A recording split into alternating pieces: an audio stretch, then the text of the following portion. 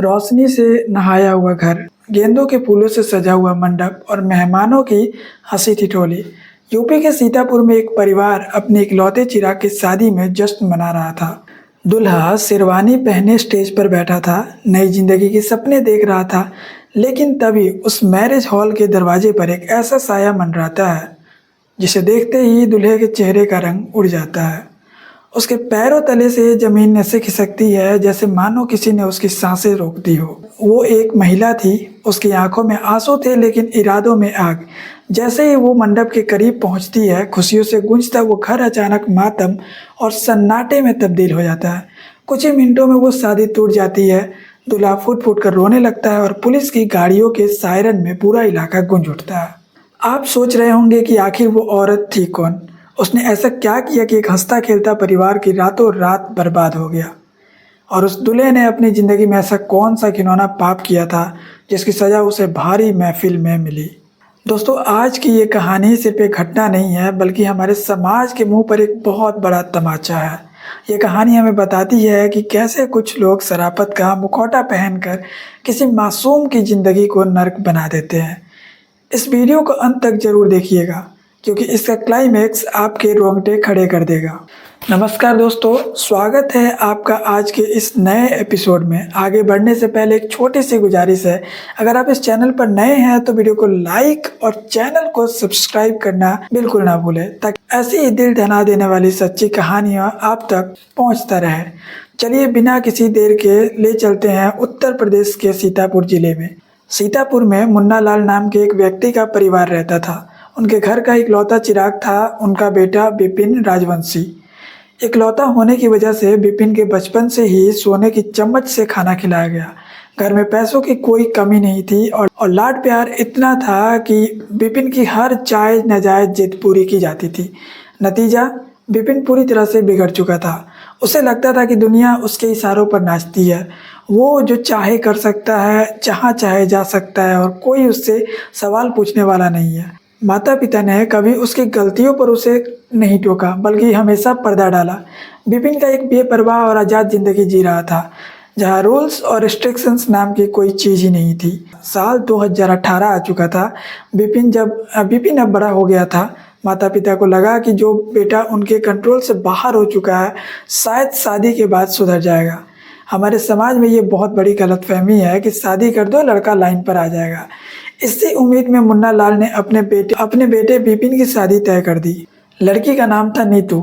वो हरदोई की रहने वाली थी। नीतू एक बहुत ही साधारण और गरीब मिडिल क्लास परिवार से आती थी।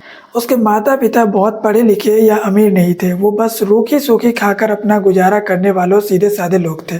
जब 2018 में बिपिन और नीतू की शादी हुई तो शुरुआत में सब कुछ किसी फेरी टेल जैसा लग रहा था। दोनों साथ रहने लगे।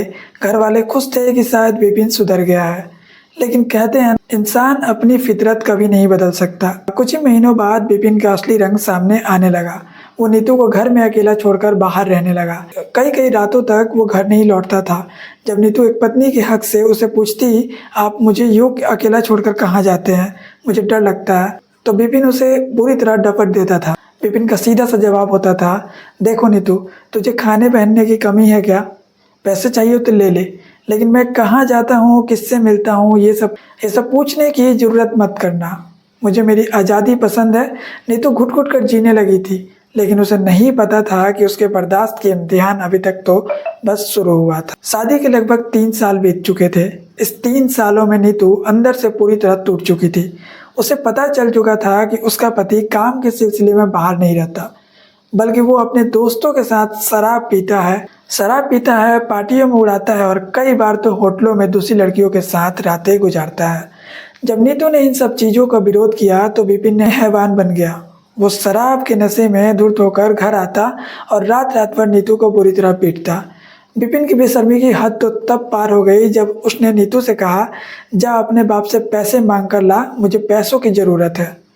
नीतू रोती थी, गिड़गिड़ाती थी कि उसके गरीब माँ बाप कहाँ से पैसे लाएंगे, लेकिन बिपिन को कोई तरस नहीं आता था। ध्यान देने वाली बात यह है दोस्तों कि इस पूरे टॉर्चर के दौरान बिपिन ने माता पिता यानी नीतू के सास ससुर सब कुछ देख रहे थे, लेकिन वो अपनी बहू के साथ देने के बजाय अपनी बिगड़े बेटे का ही बचाव करते थे। वो कहते थे हमारा लड़का तो हीरा है, वो कभी कुछ गलत नहीं कर सकता। लगातार 1 साल तक नीतू ने इस नर्क को बर्दाश्त किया, लेकिन जब पानी सिर से ऊपर चला गया तो वो सब कुछ छोड़कर अपने मायके हरदोई वापस चली गई। कुछ महीनों बाद विपिन को शायद अपनी गलती का एहसास हुआ या सिर्फ दिखावा था। वो हरदोई गया, नीतू के माता पिता से हाथ जोड़कर माफ़ी मांगी और नीतू को मनाकर वापस सीतापुर ले आया। लगा कि शायद अब सब ठीक हो जाएगा, लेकिन इस बार विपिन एक नए शैतान के रूप में वापस आया था। इस बार मुद्दा सिर्फ बेवफाई का नहीं था, मुद्दा था दहेज का। विपिन ने नीतू के ताने मारने शुरू कर दिए, तू क्या लेकर आई है मेरे घर, ना सोने की चेन ना कोई गाड़ी, कंगाल है तेरे माँ बाप। जब नीतू ने कहा कि उसके माँ बाप के पास जो था वो दे चुके हैं, तो विपिन ने फिर उसे बेरहमी से पीटना शुरू कर दिया। इस बार मारपीट इतनी भयानक थी कि नीतू को अस्पताल में भर्ती कराना पड़ गया। जब ये खबर हरदोई में नीतू के माँ बाप को मिली तो उनका खून खौल उठा। उन्होंने तय किया कि अब और बर्दाश्त नहीं। वो सीधा पुलिस स्टेशन पहुंचे और विपिन और उसके परिवार के खिलाफ दहेज प्रताड़ना का एफआईआर दर्ज करवा दिए। मामला कोर्ट में पहुंच गया। नीतू अपने मायके में रहने लगी और विपिन अपने घर में। दोनों के बीच बातचीत पूरी तरह बंद हो गई। कोर्ट के चक्कर काटने लगे, लेकिन अभी तक दोनों का तलाक नहीं हुआ।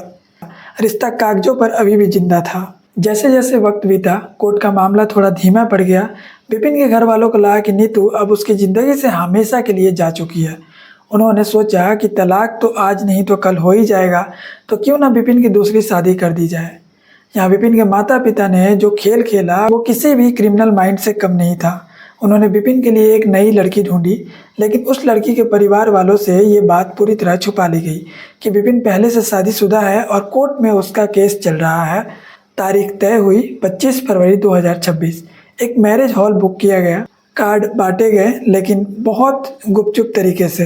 विपिन के परिवार को लगा कि वो बहुत ही चालाकी से इस धोखे को अंजाम दे देंगे और किसी को कानों कान खबर नहीं होगी। लेकिन कहते हैं ना, पाप कितना भी गहरा क्यों न दफनाया जाए, वो एक दिन जमीन फाड़कर बाहर आ ही जाता है। 25 फरवरी 2026 का दिन मैरिज हॉल में शहनाइयाँ बज रही थी। विपिन नई दुल्हन के साथ रस्में निभा रहा था। सब कुछ उनके प्लान के मुताबिक चल रहा था, लेकिन तभी कहीं से ये खबर उड़ती हुई नीतू के कानों तक पहुंच गई। उसे पता चला कि उसका पति, जिससे अभी तक उसका तलाक भी नहीं हुआ, वो किसी और के साथ 7 फेरे लेने जा रहा है। नीतू का खून खौल उठा, क्योंकि ये सिर्फ एक धोखा नहीं था, ये उसके वजूद का अपमान भी था। नीतू बिना एक पल सोचे उस मैरिज हॉल की तरफ निकल पड़ी और फिर वो हुआ जो जिसकी किसी ने कल्पना ही नहीं की थी। नीतू सीधे मैरिज हॉल के अंदर घुसती है। वो गुस्से में इतनी पागल हो चुकी थी कि उसने वहाँ चल रहे संगीत के बीच में जाकर हंगामा खड़ा कर दिया। वो वहाँ जाकर तमाशा करने लगी। विपिन ने जब नीतू को मंडप में देखा तो उसके होश उड़ गए। वो एकदम से अपनी जगह से उठा, दौड़कर नीतू के पास गया। उसने नीतू का हाथ कसकर पकड़ा, उसे घसीटते हुए वहाँ से बाहर निकालने की कोशिश करने लगा। विपिन फुसफुसाते हुए गुर्राया, मैंने तुझे मना किया था ना कि यहाँ आने से, तो यहाँ क्या तमाशा कर रही है।